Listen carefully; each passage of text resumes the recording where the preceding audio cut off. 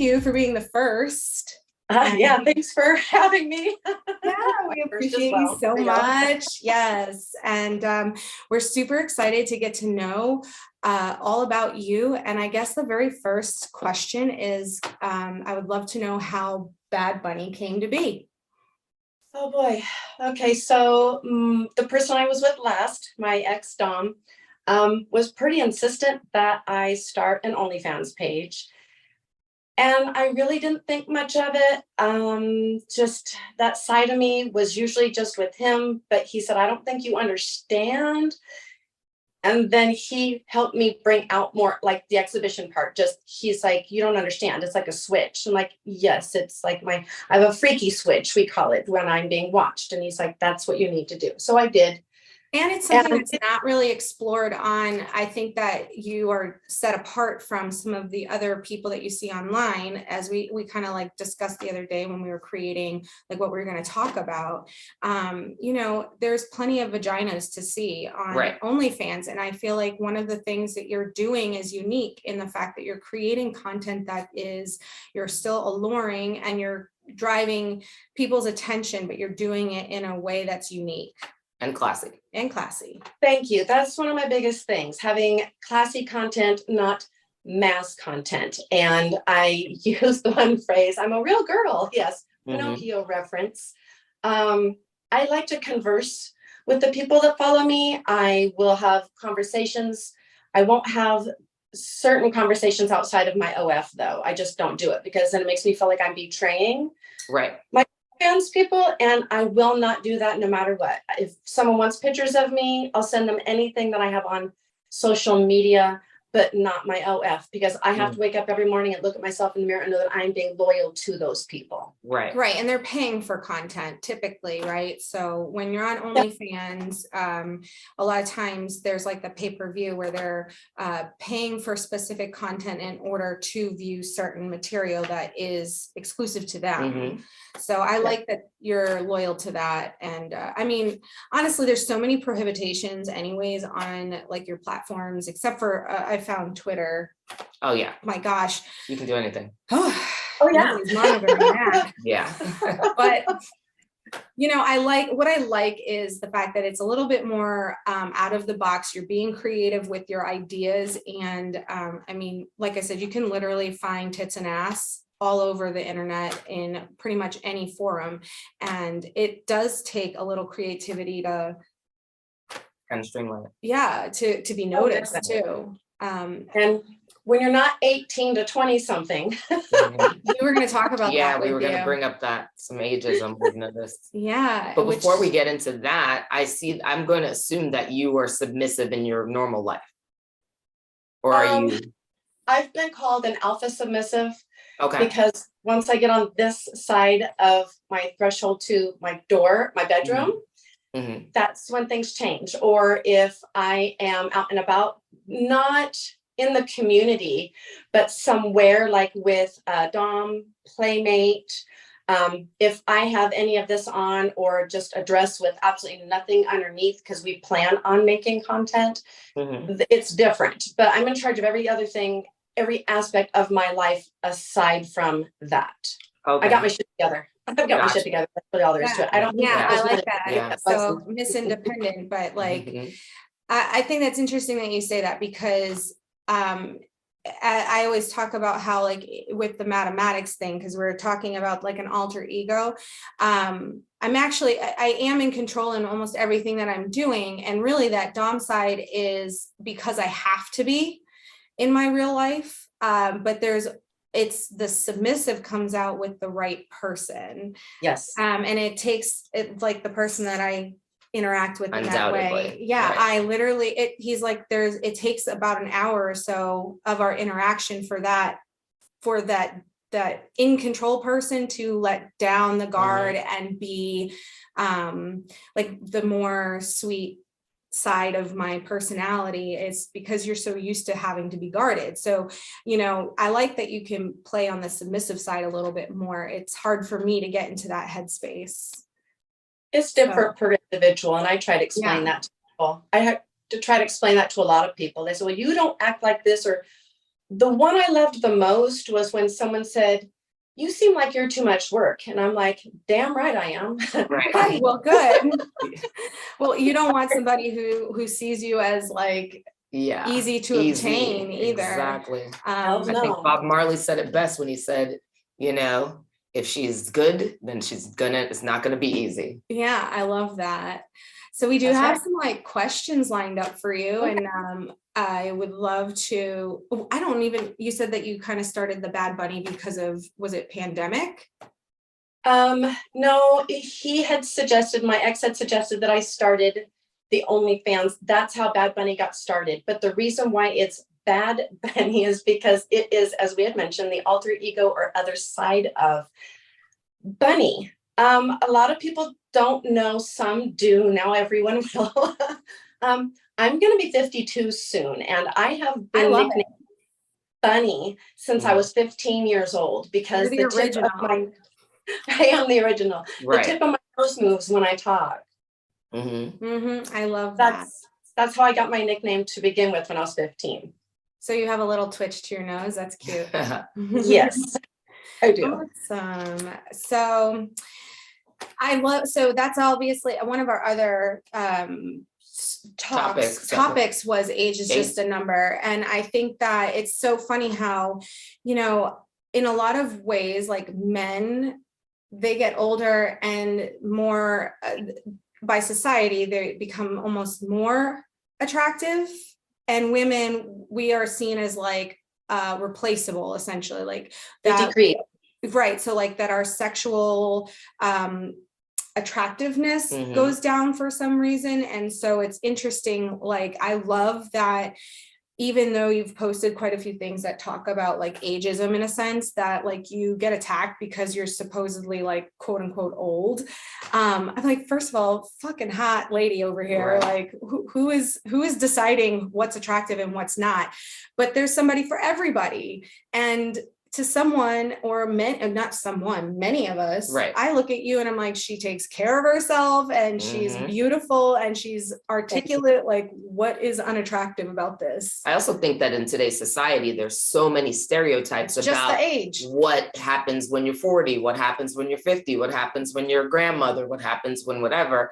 And women like yourself, myself, that are on the opposite end of 30 and 40. I'm 40. I'm way over 40.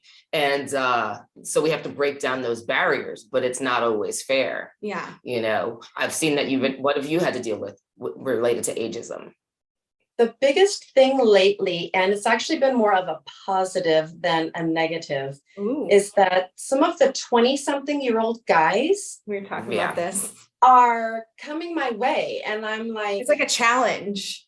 They like that. They actually are pretty over the fake 20-something-year-old girls. They're like, I can't have a relationship with a girl. I want a woman. Right. I'm like, okay, well, I'm not going to dominate you and I'm not going to be your teacher. I can help educate you. Exactly. That was her every day. Yeah. And that's been the biggest thing. I mean, even my son is like, how am I supposed to find someone? I'm like, I don't know. He's like, I'm starting to think older. I'm like, you do what you got to do. Find someone that's going to treat you the right way. Yeah, it's really important, but I think that's becoming the new norm, and a lot of it's to do with the fact that these younger girls whose incomes are based on OF, mine obviously is not. It's my hobby. So I tell people, if you don't want to be there, please, for crying out loud, don't do it. Right. If you want something different, go there by all means. I've got it set at the lowest price. I haven't changed it since I started it. And I work with people on the pricing for every other thing because everyone's incomes are different, especially when COVID happened. So it's important to me that I treat each individual as an individual and that I can, because I'm not like these girls who are trying to hurry and push and pay promoters and, do all that stuff. It shouldn't be like that. They're a fan of you. That means they're a fan of you. Not just, like you said, not just your TNA, basically. But we also, these are all like what you're talking about. These are some of the topics that we're like wanting to talk about, because today's society really is very like disposable, and it's not based on, it's very surface based, and it's not just girls, but this generation, they've had phones in their hands since they were born, essentially, and that's how they have adapted. But unfortunately, there's not a whole lot of like, people digging just a little bit deeper. So it's really hard if you are somebody who thrives on connection.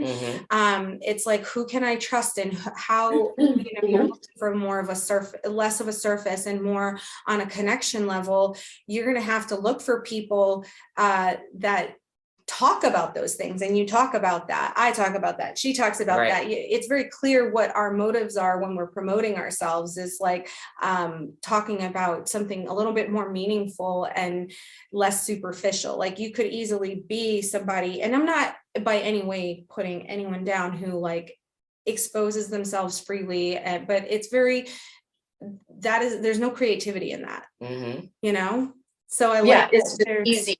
It is easy. That's an easy sell, especially if you have a rockin' bod, But so explain. They're like, I can't believe you responded. Thank you for responding. Thank you.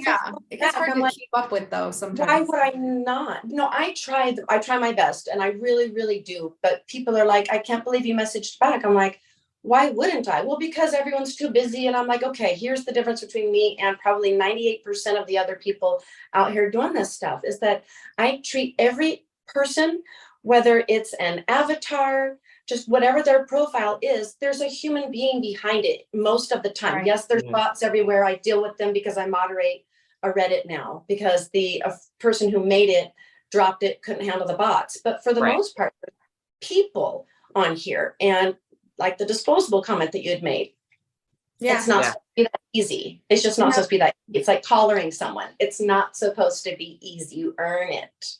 And it's hard, though, because at the same time, you are doing something for the purpose of monetary, but people, when you become an online presence, like you have, I have, Yaz has, like, there is that misconception that we are actively trying to date as well, every single person, they all think it's like that Dumb and Dumber, so you're saying I have a chance, like and it's just like you want to be accessible, and you don't want to crush dreams, but at the same time you are purposefully creating a content for a specific for money, right?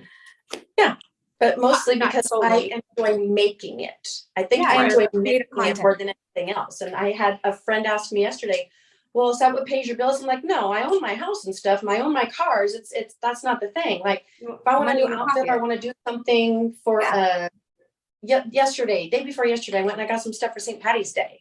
I want to buy a new outfit because of a holiday party for OnlyFans, but it's only for like I buy new outfits for OnlyFans with the OnlyFans money. So does a lot of that. I think I bought a tablet, but I still use it for that. Does a lot of your inspiration for the content come from your fans, or is it just stuff that you're kind of creatively thinking of on your own? I think of a lot of it. It's like, oh my gosh, I can do that. Oh my gosh, I can do that. Or if I'm scrolling through TikTok or just something, I'm like, that can be better. Okay, I can shit real good. So I can Bad Bunny spin on it.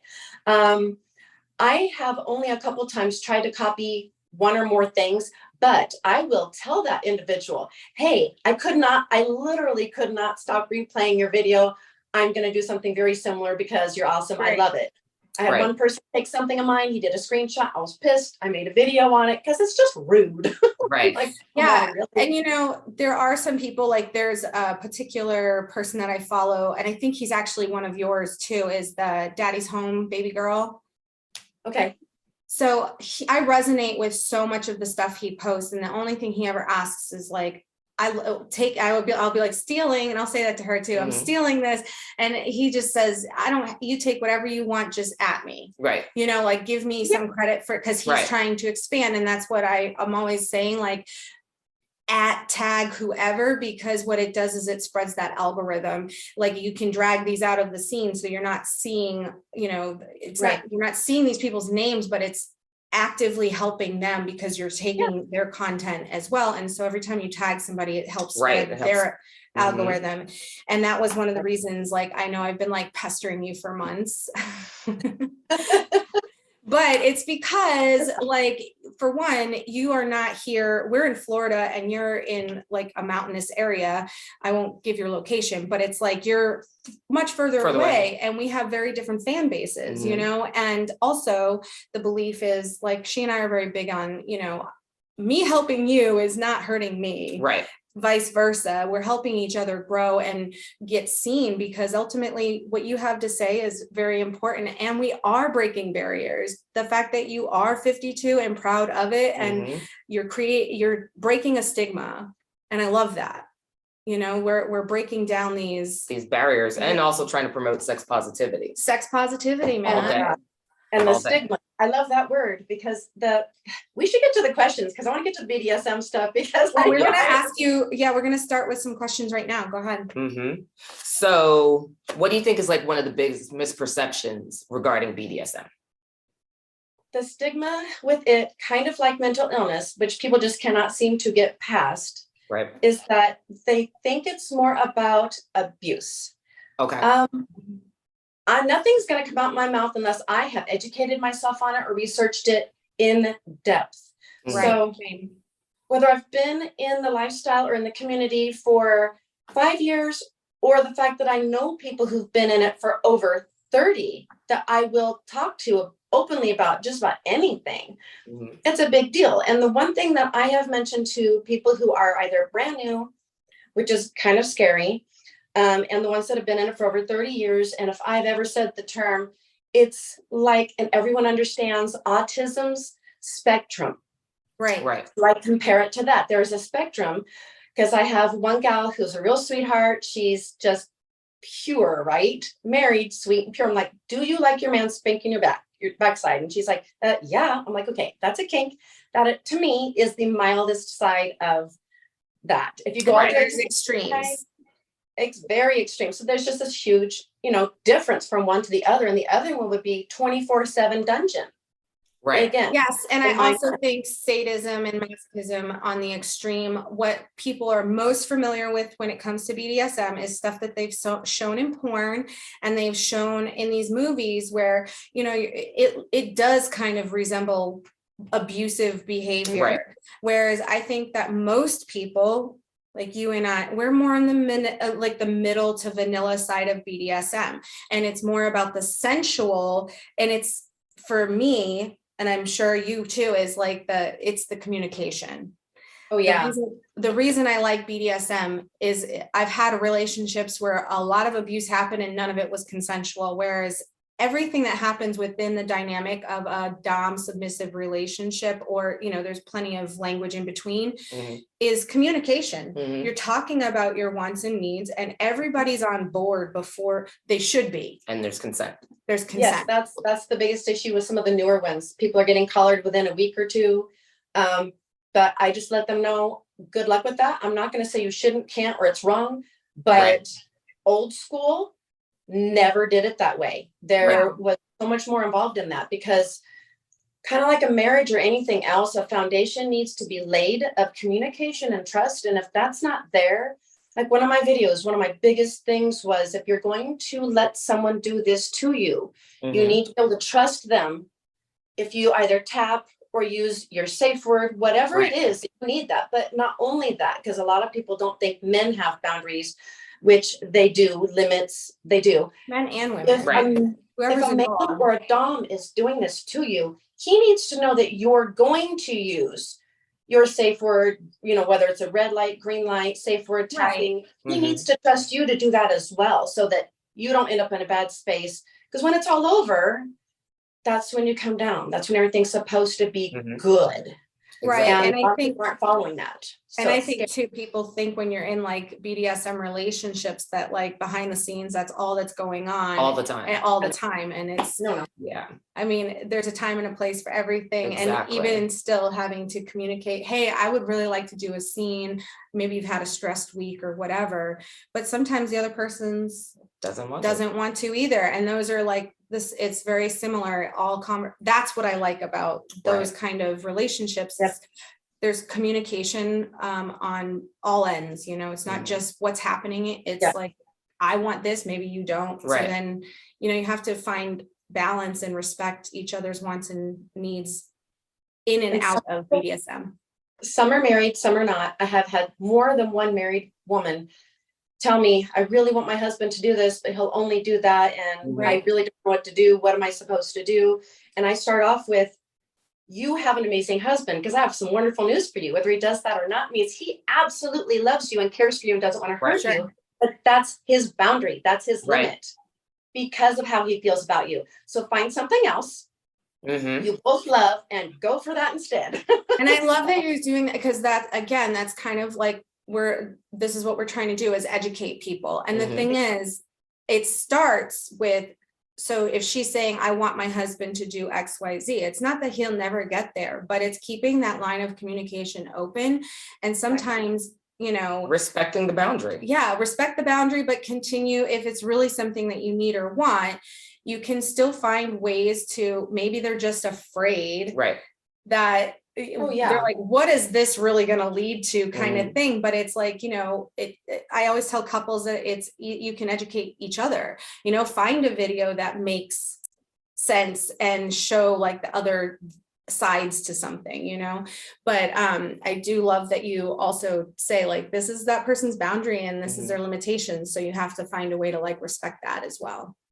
People think that women have limits and boundaries, or submissives, because it can be both sexes, and that's how it has to be. It's not.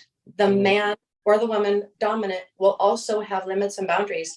And that's where a lot of the communication comes in. And that's where it turns into something better than, and not even related to, the abuse that the stigma, you know, is stuck on. So what is your favorite fetish? Let's see. I wrote down my 3 favorites. Okay, so bondage. Okay. Impact. And it used to be getting my hair pulled, but I lost like 75% of it when I got the really bad COVID. I almost died, literally. And exhibitionism. Okay. Okay. Nice. So what's your least favorite? PNP. Okay. No golden showers. I was like, some people don't know what that. Yeah, they might not understand that one. So nothing that comes out your front or your back, anything that belongs in the toilet doesn't belong on me. I don't like spitting either. Don't spit on me. None of that. Oh yeah, no, I'm not. That's another thing, is that people are like, well, what about slutting this or slutting that? And I'm like, I don't like that. I have a praise kink, not a degradation kink. And so I'm so sorry. I'm like, no. Yeah. If that's what your thing is, it's okay. I'm not going to judge your thing. Just because I don't like it doesn't mean I'm going to judge it, because it seems like everyone's being put in a box. Right. You don't vote the same way, if you don't have the same religion, whatever it is. It's like you can't be friends. It's not true. Yeah. As a healer, for me, I cannot stand behind anything that's like got to do with degradation or humiliation, because I feel like the things that come out of your mouth become things. Right. And so I don't want to be reinforcing, to me, negative. Yeah, I do feel like that stuff comes from somewhere. There's something has created that within a person. And I like to, like you, I like to build people up, and I want to see you be your best version. And I don't want to speak the things that could hurt or potentially continue the belief of whatever it is. Because the scars on our brains are much worse than the scars on our skin. Absolutely. So I do. I'm with you. I'm 1000% behind like praising and positive reinforcements rather than negatives. I agree. It's healthy. What do you think would be something that your fan base would be surprised to know about you? You ready? I'm always ready. Okay, so my mama made it real simple when I was little. She's like, if someone believes in Christ, they're Christian, doesn't matter the denomination. I've had conversations with people who've walked in, I've had on my necklace. He's like, oh, you're a Christian. I'm like, yes, I am. He's like, you're going to try to convert me because I'm an atheist. So I'm like, hell no, that's not my job. He's like, wait, what? You and God. I'm like, I'm a Christian. Don't mean I got to make you one. That's not my job. You ask me something like a Bible scripture, I'm going to fail. It's not my job. Right. But no, we can converse about anything, and it's fine. As adults, we should be able to converse about things. Right. But a lot of people are like, these damn Christians, these religious people. Well, in my mind, I'm afraid of religious people, because an extremist of any sort, I don't give a crap what it is. Any kind of extremist is not healthy. Right. I agree with you. So, I a lot like of to people- ride that middle ground too. Mhm. So people Yeah. freak out when they find out I'm a Christian. They're like, like, oh, hell yeah, I am. There's a lot of things I'll do, but I won't denounce them yet. But that's how it is. I mean, it's always amazing to me that people think sexuality is not within these other bubbles. It's like, how did we get here? Yeah, Yeah, We're all- caveman it's days. part of Let's the go back natural there. life cycle. Yes. I mean, but we all express ourselves Yeah. differently in wherever that kind of falls, and I don't believe that BDSM is an act of Satan of any kind. And No. again, like you said, an extreme on one side or the other. Yeah, maybe now you're starting to get into things that are a little bit like that I don't, the harming of other people without really taking too much consideration. That's Yeah. more of the extreme sides, Mhm. but it does not. I am shocked that you're a Christian. Yeah, unbelievable. Yeah. Well, Well, you probably get a lot of offers to like collaborate. How do you deal with those things, or how do you vet those offers? Or The only time I ever had to actually vet people, because I get a lot of offers from guys who want to help me with photography and stuff like that. Right. If I don't know them, if they're not a playmate or a friend with benefits that I've had, I don't think it's an intelligent thing to do. I just don't think it's smart. But I used to have to vet